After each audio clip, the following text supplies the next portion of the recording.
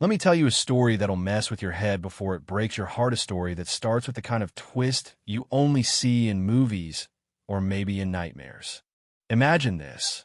A white woman gives birth to twins, but when she sees their faces, her world stops spinning. One is white, the other is black.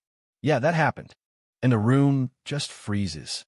It's the kind of thing where the air goes thick, you feel everyone's eyes on you, but nobody dares breathe.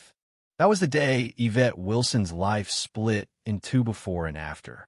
Her husband, Tom, just stares, then walks out of the room, as if leaving behind not just his wife, but the whole future they'd built in their heads. And you know what she says, barely above a whisper? Take the white one to my room. I need time to decide what to do with the other. Cool, right?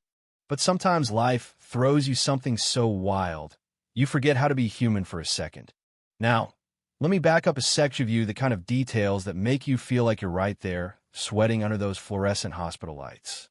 Yvette had just finished 18 hours of labor, and when the first baby girl arrived, Tom squeezed her hand so hard she thought it'd break.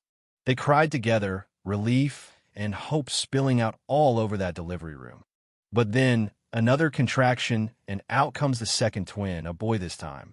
That's when the room goes silent. The kind of silence that's not peaceful, but sharp as a slap. The nurse brings over the boy, and Yvette looks down at her baby girl.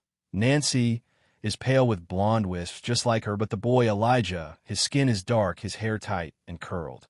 She looks up at Tom. His face says it all: confusion, then suspicion, then something colder than she ever thought possible. The doctor, trying to keep things together, explains, both are yours. Sometimes genetics does weird stuff. But Tom's already gone, eyes avoiding Yvette, mumbling about needing air. So yeah, in the middle of what should be the happiest moment of her life, Yvette's left holding two babies in a storm of judgment. Even the hospital staff can't meet her eyes. And when Tom comes back, he only holds Nancy, makes excuses not to hold Elijah. He starts sleeping on the couch.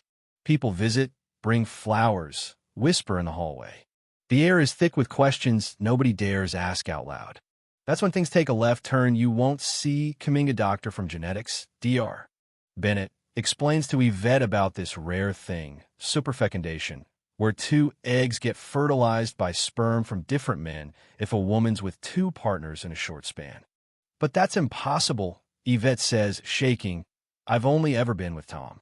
But Tom won't hear it. He calls Child Protective Services. He files a report. Betrayal isn't even the word for what that feels like: her own husband accusing her of stealing a baby. But here's the twist, the kind that makes you rethink everything you thought you knew across town. There's a man named Martin Johnson, sitting in his apartment, staring at a birth announcement in the newspaper. The dates, the names, they line up exactly with what his ex, Veronica, told him before she vanished. He wonders how his baby could end up as the son of a white couple.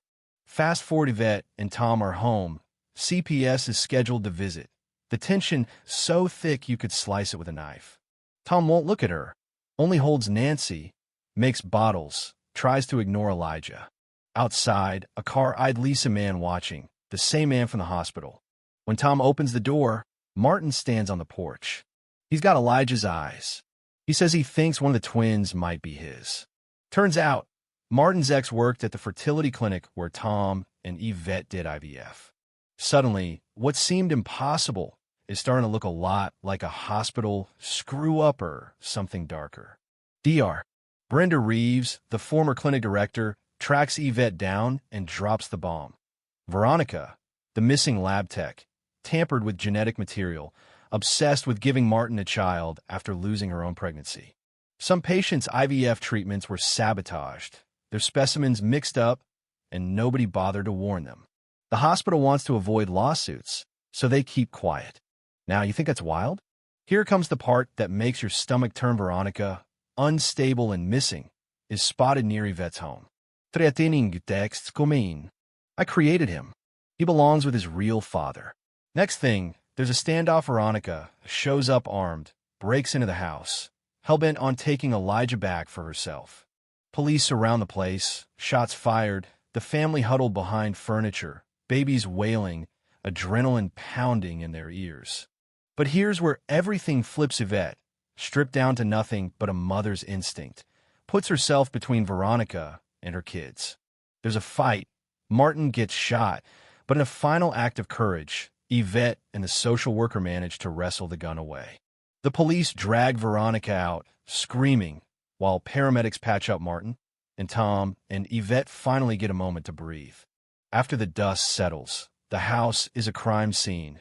The family relocated to a hotel, their lives upended, the story plastered everywhere. Tom finally admits he failed Yvette when it mattered most, but she sees that even in the chaos, he did what he could to protect their family. Martin, the biological father, becomes a regular presence, sees a victim too, dragged into a nightmare none of them asked for. The hospital is forced to come clean. Other families learn they might be victims too, and Yvette creates a support network for women caught in the same web. And the babies Nancy and Elijah, they grow. They laugh, cry, become their own little people. Different as day and night, but loved fiercely, equally, and without conditions. Tom and Yvette rebuild their marriage, brick by brick, trust mending slowly, never quite the same, but maybe stronger for it. Martin finds a place as a co-parent, not out of obligation, but love. You want a lesson here? You want to know what happens when a white woman gives birth to twins, one black, one white? You get a family tested in fire, broken and rebuilt, a mother's love that won't be shaken, a community forced to look at itself and ask some hard questions about trust, identity, and what it really means to belong. It's messy, it's complicated, and sometimes justice doesn't look like a courtroom verdict. It looks like surviving, loving, and choosing to forgive.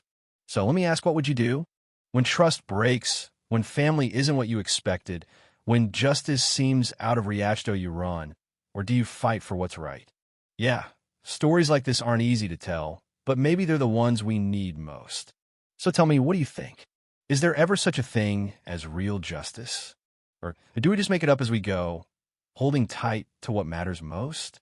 If this story hit a nerve, let's talk about it. Drop a comment. Was anybody right in this mess? Or were they all just doing their best to survive? What would you have done in Yvette's shoes?